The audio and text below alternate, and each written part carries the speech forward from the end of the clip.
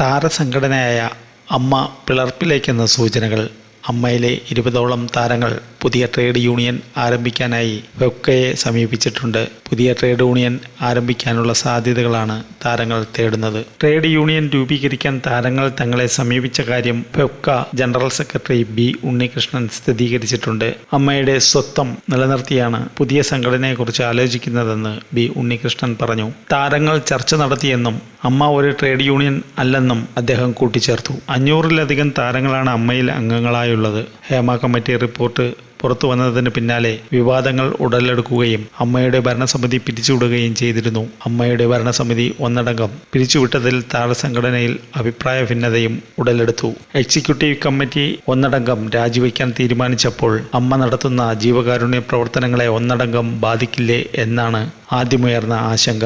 ഇത് അംഗങ്ങൾ ഉന്നയിക്കുകയും ചെയ്തു. ഇതിനു പിന്നാലെയാണ് ചിലരുടെ പേരിലുള്ള ആരോപണങ്ങളുടെയും പരാതികളുടെയും പേരിൽ രാജിവെക്കേണ്ടതുണ്ടോ എന്ന ചോദ്യം ചില യുവ അംഗങ്ങൾ ഉയർത്തിയത്. ഹേമ കമ്മിറ്റിക്കെതിരെ രൂക്ഷ വിമർശനം ഉന്നയിച്ച് FEFKA general secretary B Unnikrishnan നേരത്തെ രംഗത്തെത്തിയിരുന്നു.